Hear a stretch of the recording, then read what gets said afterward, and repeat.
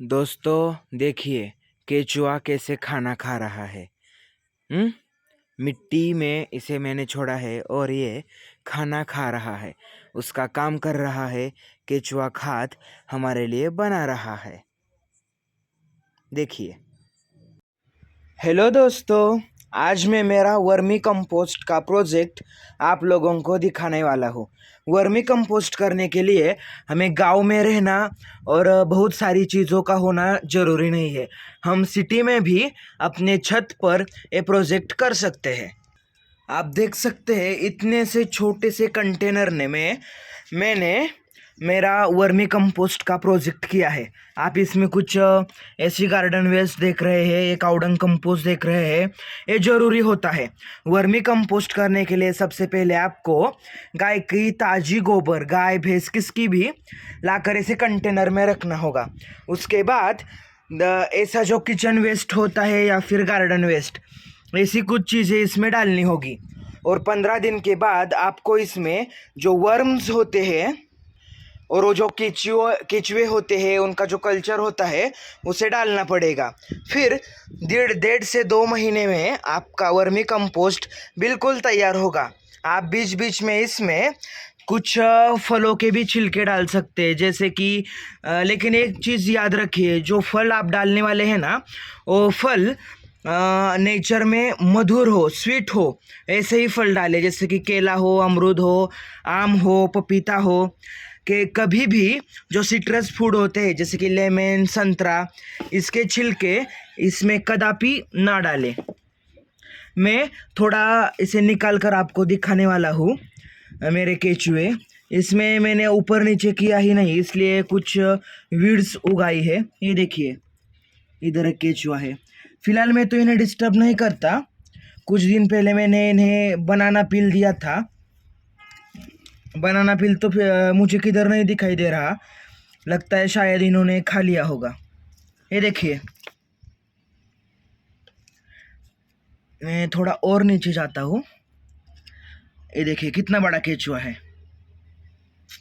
और एक बात बताना मैं भूल ही गया, केचुआ खाद का जो आपका प्रोजेक्ट है, आप इसे टेरेस पर करें, कहाँ भी करें, लेकिन एक चीज़ का ध्यान रखिए कि डायरेक्ट सनलाइट इसके ऊपर नहीं गिरनी चाहिए। अब देखिए, इस कछुआ सनलाइट में एक्सपोज हो रहा है, वो कितना जल्दी कर रहा है नीचे जाने के लिए। इसलिए आपका जो प्रोजेक्ट है उसके ऊपर ऐसी बोरी से या कुछ चीज़ से इसे ढक कर रखिए, क्योंकि कछुए को धूप पसंद नहीं होती। और ये जो हमारा मीडिया है ना, वो हमेशा गीला रहना चाहिए। अगर ये सूख गया तो कछुए मर भी जाएंगे हमारे, और भाग भी जा सकते हैं। ये देखिए, इधर भी कितना बड़ा केचुआ है। ये तो लोग एंजॉय कर रहे हैं, खाना खा रहे हैं। मैंने ये ऊपर से डाला है, इसलिए अभी तक इन्होंने खाया नहीं, लेकिन इसे भी केचुए ज़रूर जल्दी से जल्दी खाएंगे। और ये जो प्रोसेस होती है ना दोस्तों, केचुओं का ये फर्टिलाइज़र बनते हुए एंजॉय करना, ये बहुत अच्छी प्रोसेस होती है और हम इससे बहुत एंजॉय भी करते हैं। हमें केचुआ खाद लाने की ज़रूरत पड़ती ही नहीं। फ़िलहाल हम बेच भी सकते हैं केचुआ खाद, इतना तो बनेगा ही।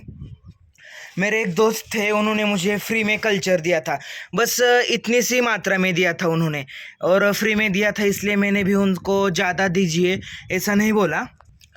लेकिन अब मैं देख पा रहा हूँ ना, मेरे इस कंटेनर के अंदर केचुओं की संख्या बहुत बढ़ रही है। बहुत छोटे छोटे केचुए भी मुझे दिखाई दे रहे थे। मैंने आपको इधर एक केचुआ दिखाया था, वो कितना बड़ा था।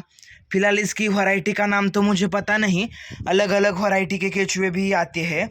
मेरा इस वीडियो बनाने का मकसद सिर्फ यही था कि आप कहाँ भी हो, अपने गार्डन के लिए केचुए बनाइए। अगर आपके पास ताज़ा गोबर नहीं होता, थोड़ा सा शुरू में एडजस्ट कीजिए, फिर आपके केचुए किचन वेस्ट पर ही फलेंगे फूलेंगे, इनकी संख्या बढ़ेगी और वो आपको बहुत बढ़िया, बहुत सुंदर ऐसा केचुआ खाद देंगे। ये देखिए, ये खाद का ही प्रकार है, उनका वेस्ट ही है। हम इसे सुखाएंगे और फिर पौधे में डालेंगे, जैसे कि अडेनियम है वगैरह, लेकिन मैं अब डाल रहा हूँ, लेकिन आप सुखाने के बाद ही डालेंगे।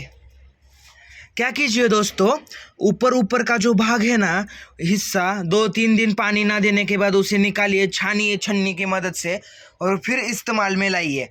क्योंकि अगर हम सारा ही प्रोसेस में सारे केचुए उठाकर इन्हें छन्नी में डालते हैं, कुछ लोग करते हैं ऐसा भी, लेकिन ध्यान रखिए कि अगर आप वही केचुए फिर से बाद में इस्तेमाल करना चाहते हैं तो केचुओं को कुछ हानि नहीं होनी चाहिए, ऐसी इसकी आप खबरदारी लेते रहिए। या फिर सिर्फ ये अब देखिए, इस साइड से इधर के पार्ट में अब मैं क्या करूँगा, सिर्फ इस साइड पे पानी दूंगा तो सारे केचुए इस साइड जाकर बसेंगे, और मैं इस साइड का सारा खाद लेकर छाननी की मदद से छानूंगा। और ऐसा भी मैं दे सकता हूँ। केचुए का जतन करना बहुत इम्पोर्टेंट होता है। आपको अगर वीडियो पसंद आया होगा तो चैनल को सब्सक्राइब कीजिए, और आपके जो दोस्त जिन्हें गार्डनिंग में बहुत इंटरेस्ट है उनके साथ यह वीडियो शेयर करना ना भूलिए। ओके, शुक्रिया। मिलते हैं फिर कभी एक नए टॉपिक के साथ। अपना ख्याल रखिए।